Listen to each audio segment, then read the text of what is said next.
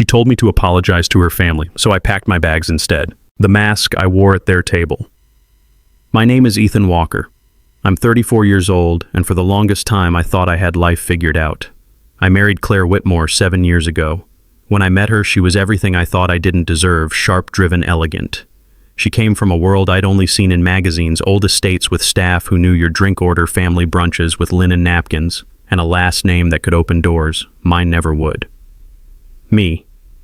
I grew up in a small town in Indiana. My dad was a postal worker. My mom worked double shifts at a diner. I fixed computers, liked simple things, and never dreamed bigger than owning a small IT shop. But Claire made me believe in more. Or maybe I just believed in her so much that I thought being part of her world meant I was leveling up. The first couple years weren't too bad. We lived in a condo she picked, modern, expensive, not really my vibe, but I told myself love was about compromise. I told myself I was lucky, until I started noticing the looks. The first time I met her mother, Veronica, she gave me a smile so thin I thought it might snap. Her handshake was limp, her voice perfectly polite. But cold. So cold. Her older brother Brandon didn't even pretend. He sized me up like I was some unpaid intern showing up to a board meeting in sneakers.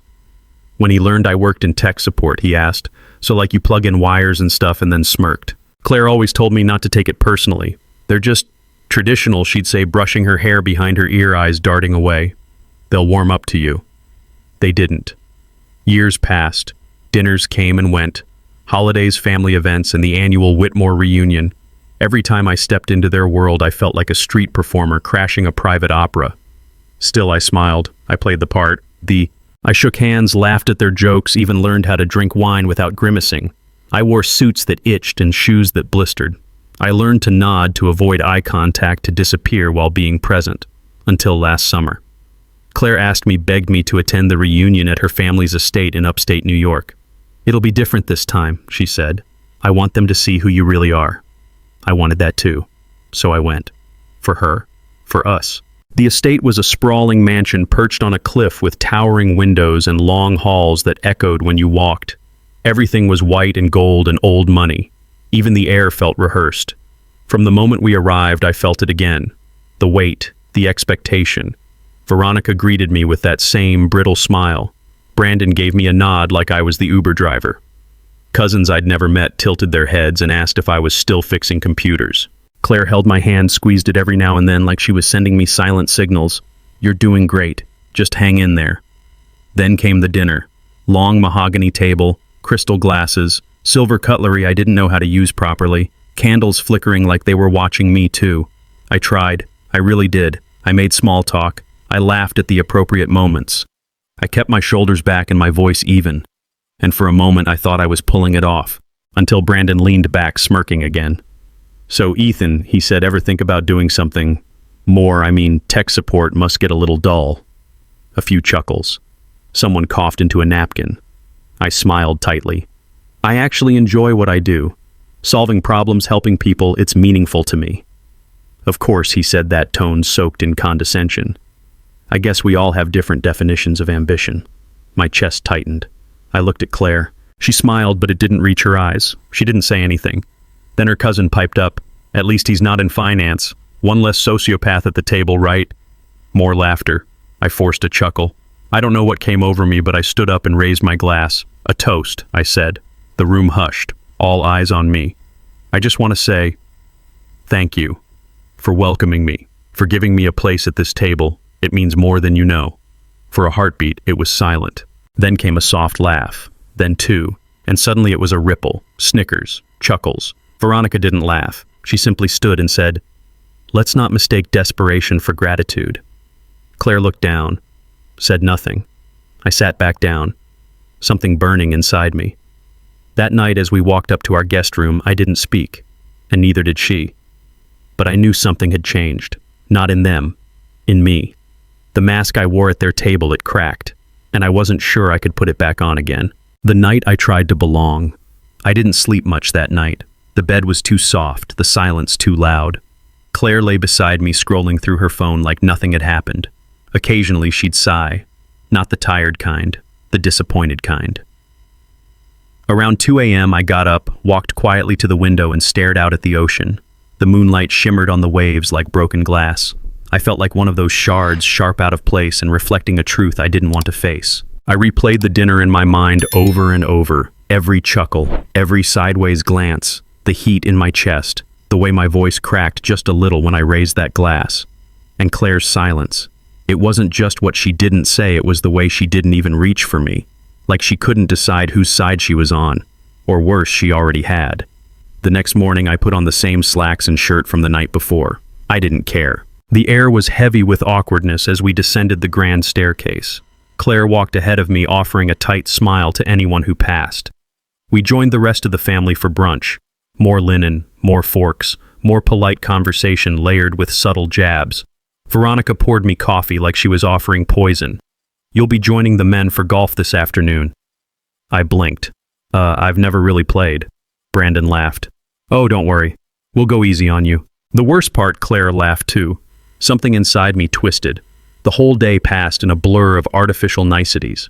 I hit 2 balls into the lake, missed every joke, and nodded through a dozen conversations that felt more like interviews. No one wanted to know me, they just wanted to confirm what they thought they already knew. When we got back to the estate, I headed for the garden. It was quiet there. I sat on a stone bench beneath a tree and let the silence swallow me. That's when Claire found me. She sat beside me, hands folded in her lap. "You embarrassed me," she said softly. I turned to her. "Excuse me. The toast. It was emotional and weird. You made them uncomfortable." "I was uncomfortable, Claire. I've been uncomfortable for years." She looked away. "You could have just said something to me. Privately." "I did. For 7 years." Her jaw tightened. I stood up. "You wanted them to see who I really was." "Well, they did. And they laughed." "That's not fair." "No, what's not fair is me pretending to be someone I'm not just to earn their approval. I've been doing that since day one." She stood too. "Ethan, they're my family, and I'm your husband." She didn't reply, just stared at me like I was a stranger. That night we didn't speak again. I lay awake listening to the waves and wondering how many times you could break before you stopped trying to piece yourself back together. I'd come to that estate hoping to belong. Instead, I realized I'd been lost for a long time and no one had even noticed. The ultimatum that set me free. The day after the brunch felt like walking through fog. Claire and I barely spoke as we packed our things. The air was thick with avoidance, like we were both waiting for the other to say something first. But neither of us did. Not until that night. We were back in the guest room, silent, the kind of silence that hums with everything unspoken. I sat on the edge of the bed, tie loosened, staring at the floor. Claire stood by the window, arms crossed, her profile lit by the moonlight. So she said without turning, "Are you going to apologize to my mother?" I blinked. "What?" "For the toast. For making things awkward." "You really hurt her." I felt a coldness rise in my chest. "You mean the toast where I thanked your family?" "That one." She turned, finally facing me. "You know what I mean. You embarrassed them. You embarrassed me."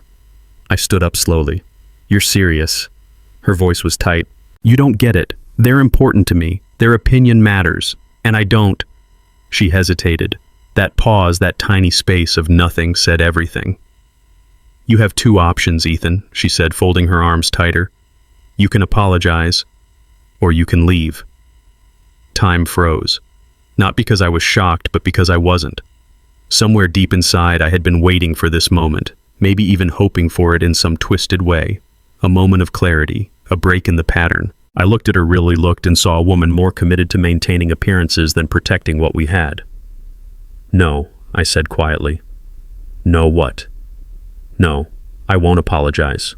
Not for being honest. Not for expecting my wife to stand by me." She exhaled sharply. "Then I guess you've made your choice." "I guess I have." But I didn't move. Not right away. I sat back down on the bed, suddenly exhausted. The weight of 7 years felt like it had all landed on my shoulders at once. I glanced at Claire, this woman I had loved so fiercely, and thought about the first time we danced in our bare feet in the living room, how she laughed when I couldn't keep rhythm. I thought of Sunday mornings, her head on my chest, tracing circles with her fingers. I thought of how she used to say, "You're my calm in the chaos." Now she was the storm. I stood again, slower this time, and began to pack. My bag was old canvas, scuffed, frayed at the seams. Claire had bought me a sleek leather duffel last Christmas, but I'd never really used it. This one felt more honest. I pulled shirts from the closet, one still smelled faintly like her shampoo. I hesitated, then folded it and placed it inside. On the nightstand was a small photo in a silver frame. Us on our honeymoon in Maine, wind-whipped hair sand between our toes, grinning like we knew nothing of who we'd become. I took it, slid it between two books in the bag. Claire said nothing. Her arms were still crossed, but her eyes were glassy now.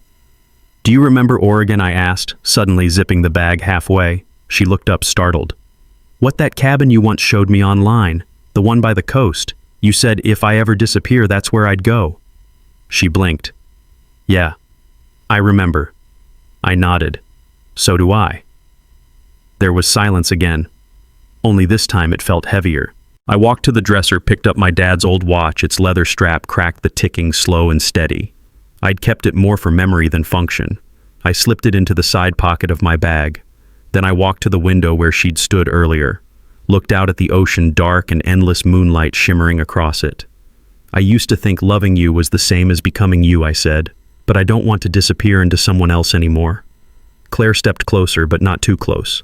"Ethan, if you walk out, I don't know what that means for us." I turned to her. "It means I'm finally choosing me." When I reached the door, I paused. "You said they're your family." But so was I. At least I thought I was. She didn't respond, just stared. I stepped into the hall. My footsteps echoed. The house was quiet, the kind of quiet that doesn't invite peace, but punishment. Portraits of ancestors lined the corridor, their painted eyes watching, judging. As I walked past the grand piano in the foyer, I remembered the first time I'd visited. Claire had played a song for me. I'd sat beside her on that bench, thinking how surreal it felt to belong somewhere like this. But I never really had. Outside, the night was cool. A breeze rolled off the sea. I loaded my bag into the trunk of my car and climbed in. The engine started with a low rumble. I sat there for a moment, hands on the wheel, staring at the mansion. I expected a part of me to ache. It didn't. Instead, a quiet relief crept in, like shedding a skin. The drive was long, winding roads, endless trees, silence broken only by the hum of tires and the occasional song on the radio. James Taylor's Fire and Rain came on, and for the first time in a while, I didn't change the station. When I reached the airport, the lot was nearly empty. I parked under a flickering light, grabbed my bag, and walked into the small terminal. The clerk behind the counter looked bored. "What's the next flight out?" I asked. She typed without looking up. "One to Oregon. Leaves in 45 minutes. I smiled faintly. "Oregon, huh?" It felt like a sign. "I'll take it," I said, sliding my card across the counter. As she printed the ticket, I stared at the departure board. Oregon. The place we once said we'd escape to. The place she'd dreamed of, and now the place I'd run to, not with her, but without. And for the first time in a long time, that thought didn't break me. It gave me hope, not running, just finally walking towards something that felt like mine. 2,000 miles to breathe again. The plane lifted off just after midnight. The city lights below looked like stars had fallen to earth, blinking beneath a veil of fog. I watched them disappear one by one until there was nothing but darkness and cloud. The seat beside me was empty. I was glad for that. I don't think I had the energy to pretend small talk.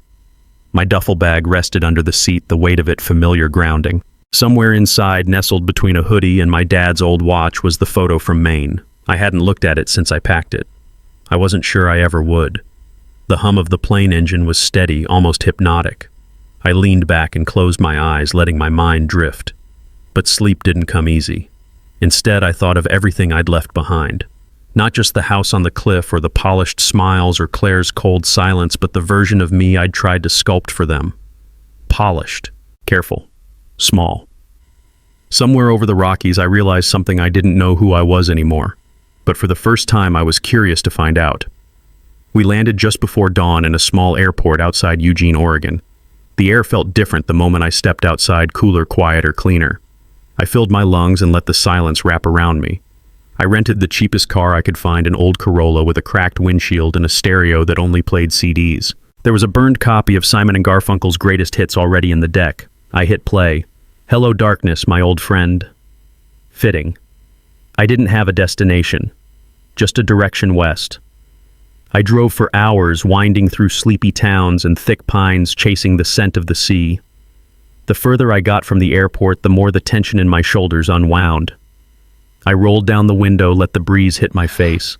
The kind of breeze that didn't care who you were or what you'd done. It just moved. Around noon, I pulled into a coastal town so small it barely had a name. One main street, a diner, a gas station, a bookstore with a crooked sign. And there, across from it all, a motel with a flickering neon vacancy sign and a view of the ocean if you leaned far enough out the window. I checked in without asking questions. The woman behind the desk didn't ask any either. She slid a key across the counter and told me checkout was whenever. Room 6 smelled faintly of salt and lemon cleaner. The bedspread was floral and faded. The carpet had seen better decades. But it had a window. And through that window, the Pacific glinted like it had been waiting just for me. I dropped my bag, sat on the edge of the bed, and stared. For a long time, I didn't move. That night, I walked down to the beach. The sand was cold beneath my shoes. The sky was ink black, only a sliver of moon cutting through. The waves rolled in slow and steady the way breath does when you're finally safe. I took off my shoes, let my feet sink into the damp shoreline, and just stood there. I didn't cry. I didn't laugh. I just breathed. The next morning I woke with the sound of gulls screeching outside. I made instant coffee in the motel's tiny pot and sipped it slowly on the balcony. The ocean stretched wide and gray, endless. My phone was still off. I hadn't turned it on since I left. And I wouldn't. Not yet. Instead, I walked the town. Everyone nodded when I passed. Some smiled. No one asked who I was or why I was there. I bought a bagel and sat on a bench near the shore. Watched the tide come and go. That evening, I found a flyer on the bulletin board outside the grocery store studio for rent. Month to month. Ocean view. The phone number was handwritten. I called it. A man named Tom answered. Said he'd meet me in 10. The studio was above a bait shop, barely 300 square feet, but it had a window facing west and a kitchen just big enough to turn around in. The floor creaked. The paint peeled. The shower whined like an old man clearing his throat. But it was mine. I paid in cash for the first month and moved in that night. That was the start of what I didn't know yet, but it felt like something true. I didn't tell anyone where I was. I didn't make promises or plans. I just breathed, walked, cooked simple meals, took photos of the sky, and every night I went back to the shore, to listen, to remember who I was before I learned how to shrink. Claire once said Oregon felt like freedom. She was right, only now it was mine alone. Silence is louder than sorry. The first week in Oregon was a kind of silence I hadn't known I needed. No buzzing phones, no tense dinners, no walking on eggshells in polished hallways. Just the sound of the ocean rolling in and out, steady and certain, like it had been waiting for me to finally listen. I filled the studio with little pieces of comfort. A secondhand mug from the thrift store that said "World's Okayest Programmer." A lamp with a flickering bulb that I fixed with a twist of wire and tape. A folded blanket on the couch that smelled faintly of cedar. I slept with the windows cracked open and the salty air curled around me like a blanket I didn't know I'd missed. Each day was simple. Walks on the beach, quiet meals, a few freelance IT gigs I picked up through a site I used to visit back in New York. I didn't need much, just enough to pay rent, buy groceries, and keep the lights on. It was the second Thursday morning when I finally turned my phone on. I don't know why, curiosity maybe, or some lingering thread of hope I hadn't snipped clean. I plugged it in, let the battery climb from 0% to 5%, then tapped the screen. The notifications flooded in like a dam breaking. 12 missed calls from Claire, 3 voicemails, a string of texts, then messages from her mother Veronica, from Brandon, even some of Claire's cousins. One said, "You've embarrassed her enough." Another simply read, "Grow up." But it wasn't the angry ones that got to me. It was the ones that didn't know what to say. Claire's first message, "Please just talk to me." The second, I didn't mean for it to happen like that. The third, "Where are you?" I stared at the screen, thumb hovering over her name, but I didn't open them. Not yet. I opened the voicemails instead. One was static and muffled.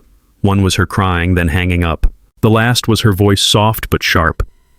"You think running makes you brave? I needed you to stand by me, Ethan, and you walked out. I hope that makes you feel powerful." It didn't. It just made me feel sad. I powered the phone off again, placed it in the drawer beside my bed, and left it there. That afternoon I sat on the shore and watched the clouds shift. A boy ran down the beach chasing a kite.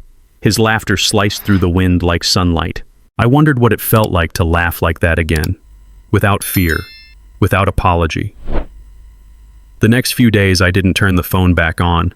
Instead, I painted the chipped walls of the studio off-white, fixed the leaky faucet in the bathroom, bought groceries from the tiny shop run by a woman named Lily who always gave me a free banana just because. I saw a flyer for a local community dinner on Saturdays, bring what you can take what you need. I circled it on the calendar I hung crookedly in the kitchen. That Friday I wrote a letter, not to Claire, to myself. I wrote about the man I used to be, the man who kept quiet to keep the peace, the man who dressed up for rooms that didn't want him, the man who bent so much he forgot how to stand tall.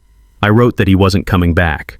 I folded the letter and taped it to the inside of the closet door. The next week I walked into town to find a printer cable for one of my freelance clients.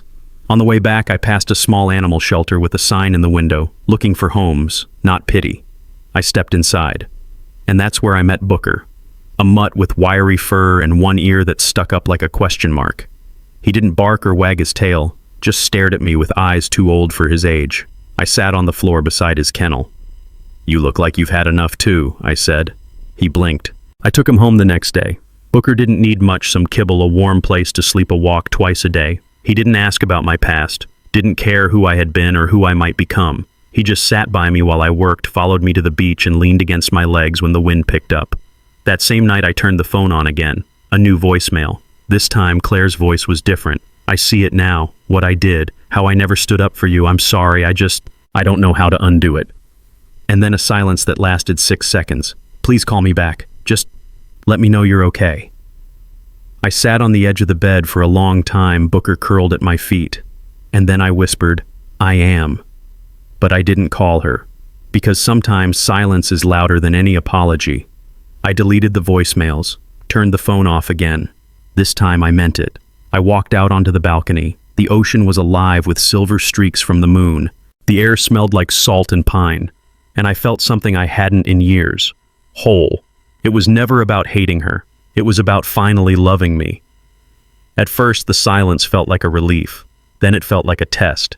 Each morning I woke up to the crash of waves outside my window, a sound so ancient and steady it made all the noise I left behind seem like a bad dream. I made coffee in the little kitchen, fed Booker, and walked along the shoreline while the sun pulled itself slowly over the horizon. But in the quiet memories surfaced like driftwood, things I hadn't planned on thinking about. I remembered our first apartment, how Claire and I had eaten Chinese takeout on the floor, too broke to buy a table. How she laughed when I tried to hang curtains and put the rod through the drywall. I remembered the nights we stayed up talking about places we'd go, Italy, Iceland, Oregon. How she said she wanted a life full of stories, not things. And somewhere along the way, things had replaced the stories. One evening after a long walk on the beach, I found myself digging through my duffel bag. At the very bottom, wrapped in a t-shirt, was the silver frame from our honeymoon. I sat cross-legged on the bed, Booker's head in my lap, staring at that frozen moment in time. Two people smiling so big, they didn't know how fragile it all was. I didn't cry, but I did feel a sharp ache in my chest. Not for what I lost, for what we both let slip through our fingers. I thought about calling her, more than once. Thought about texting something simple, something stupid. "Hope you're okay." But every time I reached for the phone, I stopped myself. Because deep down I knew what I was really missing wasn't Claire. It was the idea of her. The idea that if I just tried harder, bent more, shrank smaller, I could fit into the shape of the life she wanted. That night I wrote another letter. Not to myself this time. To her. But I never sent it. It said, "I hope you find what you're looking for. I hope one day you stand up for yourself the way I finally stood up for me. I hope the next time you feel love trying to reach you, you don't choose silence." I folded it and burned it in the sink, watching the ashes swirl down the drain. Booker barked softly from the doorway and I smiled. He was a quiet reminder. Loyalty isn't loud, it's steady. A few days later, I started volunteering at the animal shelter where I found him. Just a few hours here and there, cleaning kennels, fixing broken fences, walking dogs. It gave my days a rhythm. Lily from the grocery store introduced me to her brother Tom, who needed someone to fix the outdated network at his bait and tackle shop. I spent an afternoon untangling wires and left with a basket of fresh clams and a handshake. The town began to know my name not because of who I married or what school I didn't attend or what table I sat at, but because I showed up, because I listened, because I cared. One rainy Sunday, I sat in the coffee shop reading a battered novel when an older woman at the next table struck up a conversation. Her name was Rose. She told me about her late husband, her grandkids, her arthritis. She never once asked about my past. When she stood to leave, she touched my shoulder and said, "You look like someone who's carrying a lot less now." She was right. Later that night, I walked the beach again. Booker trotted ahead, chasing ghosts only he could see. The tide was high, the wind sharp against my face. I thought about the things I'd left behind, the need to be understood by people determined to misunderstand me, the endless quest for approval in rooms that would never applaud me, the version of myself who thought love had to be earned with silence. I didn't miss them, not even a little. Under a sky spattered with stars, I whispered a thank you to the ocean, to the wind, to the version of me who finally chose better. Sometimes the bravest thing you can do isn't fighting harder. It's walking away quieter. That night I slept deeper than I had in years. And for the first time when I dreamed, it wasn't about running, it was about building. What I built without her. The first real project I took on after settling into my new life was fixing the Wi-Fi at Tom's bait shop. It wasn't glamorous work, the cables were a mess, the router's ancient, but it was honest. I spent a whole Saturday there, Booker snoozing on a pile of rope in the corner while I patched the network together piece by piece. When I finished, Tom clapped me on the back. "You ever think about making this official?" he asked. I laughed. "Official how? Start a business. Set up a shop. Folks around here could use a tech guy who doesn't talk over their heads." The idea stuck. By the end of the month, I printed up some flyers. Walker Tech Solutions, honest help, fair prices. I left them at the diner, the coffee shop, the hardware store. Work trickled in slow at first. A broken register here, a fried modem there. And little by little I built something, not an empire, a life. Lily from the grocery store hired me to set up a new POS system. In return, she sent me home with bags of fresh produce. Tom introduced me to Pete, a fisherman who needed help with his boat's navigation system. Rose, the woman from the coffee shop, called me when her ancient desktop refused to start. I fixed it and refused to take her money, so she baked me an apple pie the size of my head. In the evenings, I'd sit on the balcony with Booker sipping bad coffee and watching the sun melt into the ocean. Sometimes I wrote in a battered journal I picked up at a yard sale, not letters to Claire, just notes to myself. Reminders. You don't have to earn your place anymore. You are allowed to be proud of small beginnings. You are enough without a seat at anyone else's table. I started hiking on weekends, exploring trails that snaked through dense pine forests and up rocky cliffs overlooking the sea. Booker loved it, bounding ahead, ears flapping like he was made of joy. On one hike, we found a secluded cove hidden from the main path. I made it our spot. Whenever I needed to think or not think, we went there. Sometimes I missed the life I left behind. But not in the way you'd expect. I missed the dreams we used to have before they got tangled in expectations. I missed the Ethan who believed love was enough. I missed believing that compromise didn't have to mean erasure. But I didn't miss the weight of pretending. I didn't miss wondering if today would be the day I finally measured up. One evening, as I locked up the bait shop after fixing Tom's security cameras, he handed me a folded envelope. "What's this?" I asked.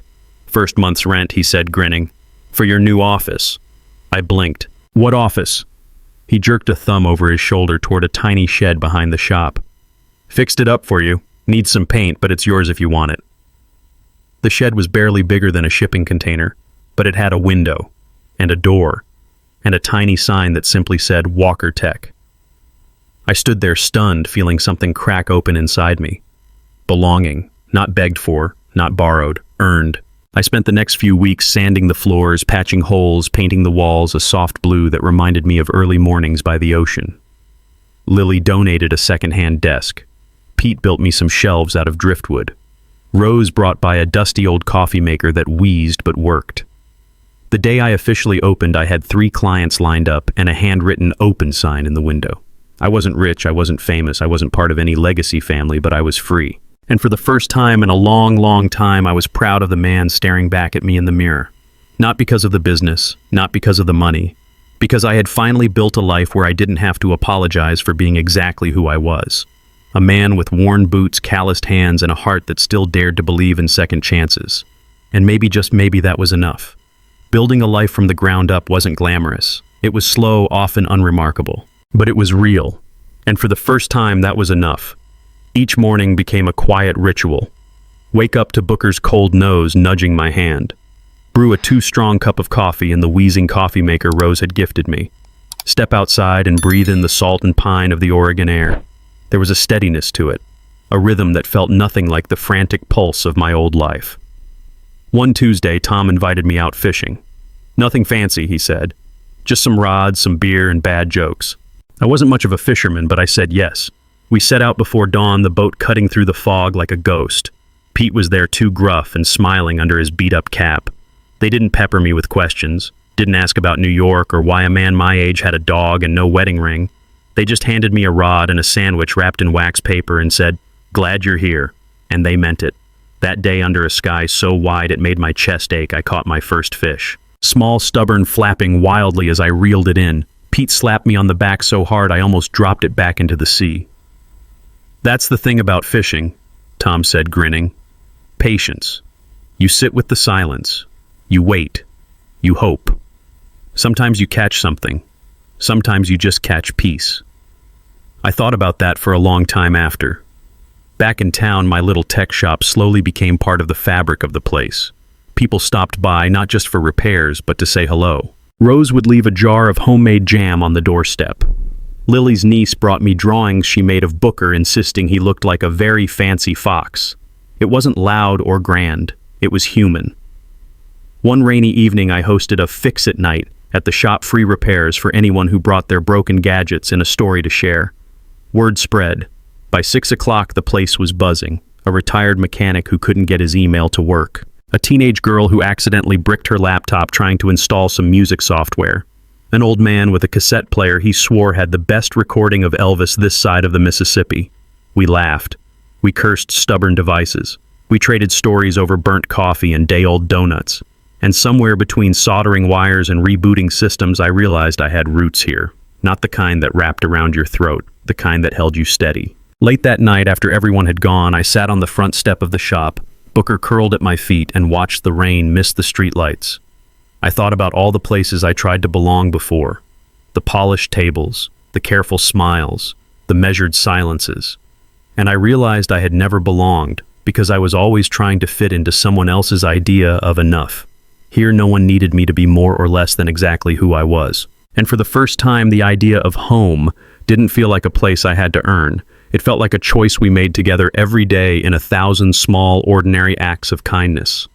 Sometimes healing doesn't look like fireworks or grand declarations.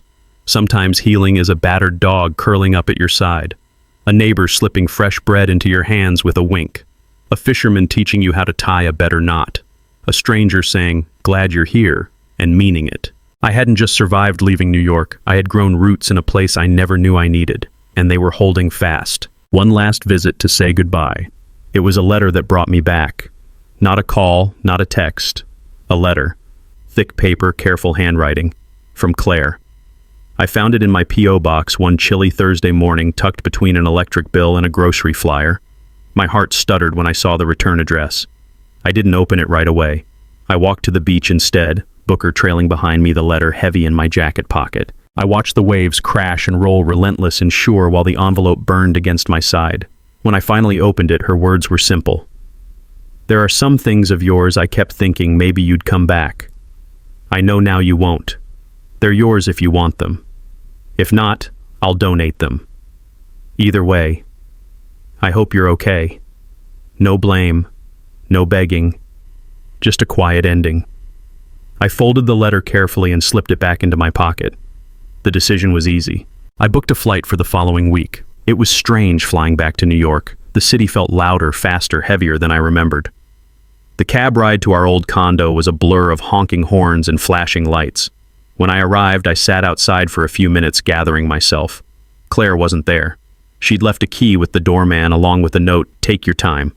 I stepped inside and the memories hit like a punch to the gut.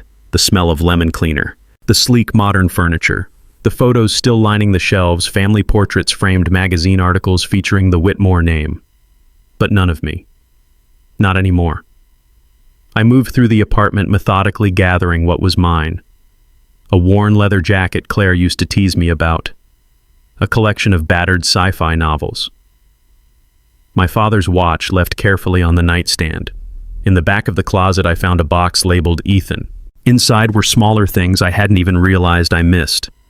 A ticket stub from the first concert Claire and I attended, a chipped coffee mug that once sat on my desk, a handful of old postcards I'd collected over the years. I packed it all into a duffel, zipped it closed, and stood for a moment in the center of the living room.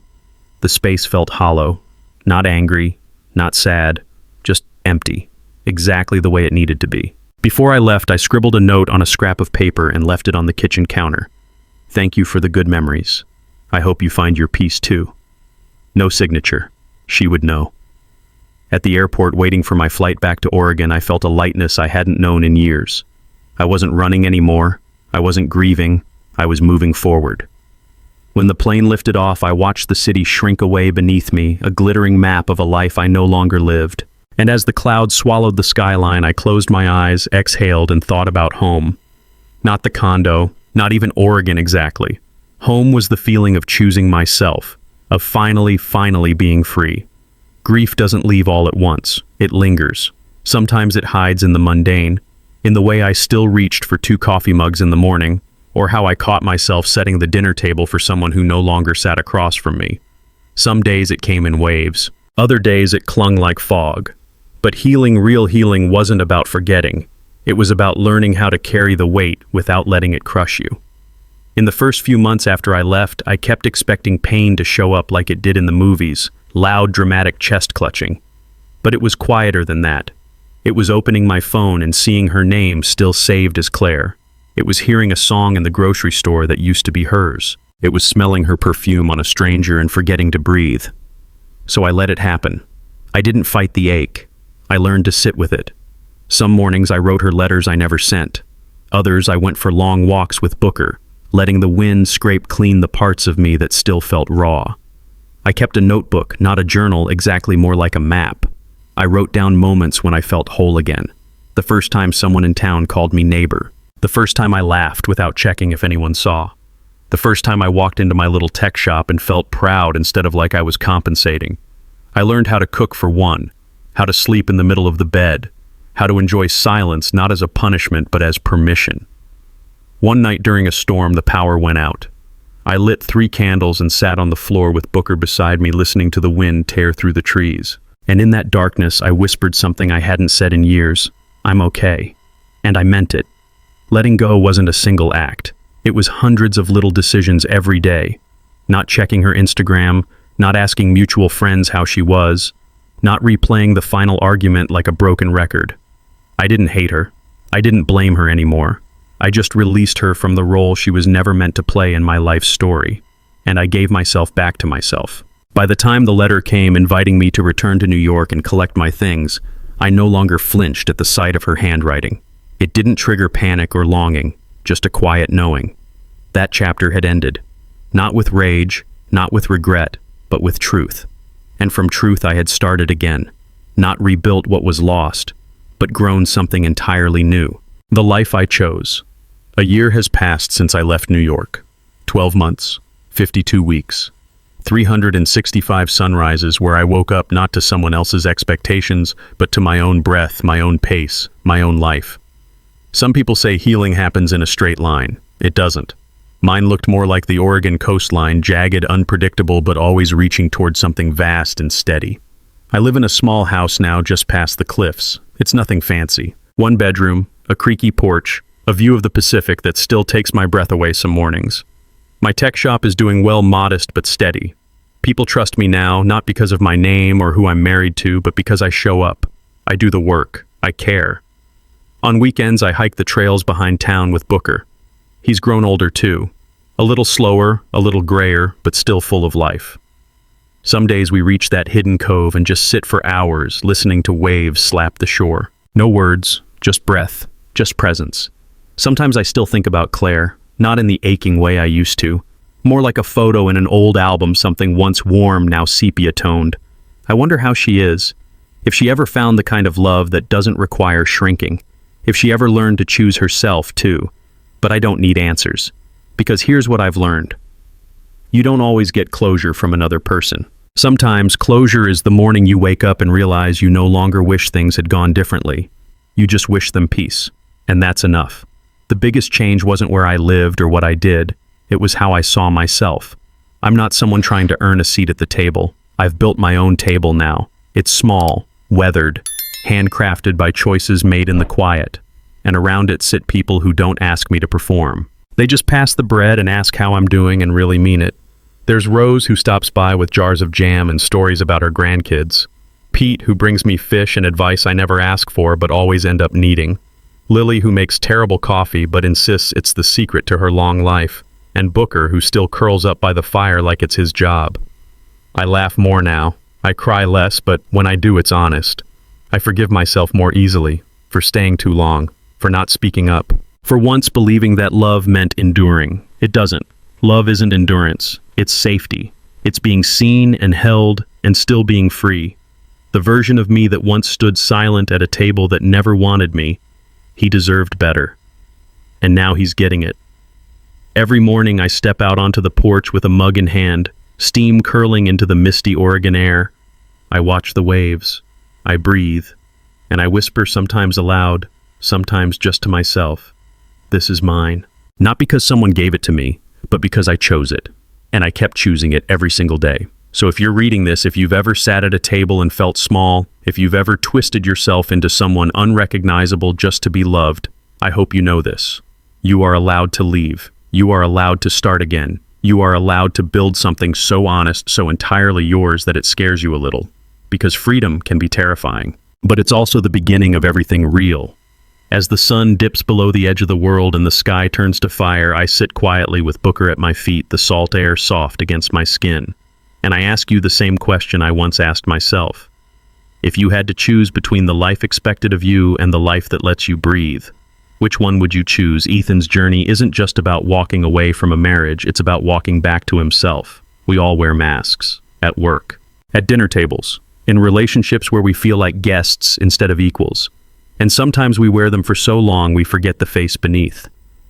But this story reminds us that choosing peace over approval is not selfish, it's survival. That starting over doesn't mean you've failed, it means you're brave enough to stop pretending. So maybe the most powerful thing you can do for yourself isn't holding on, it's letting go. Letting go of who they wanted you to be. Letting go of the room that never welcomed you. Letting go of the story that no longer fits the person you're becoming.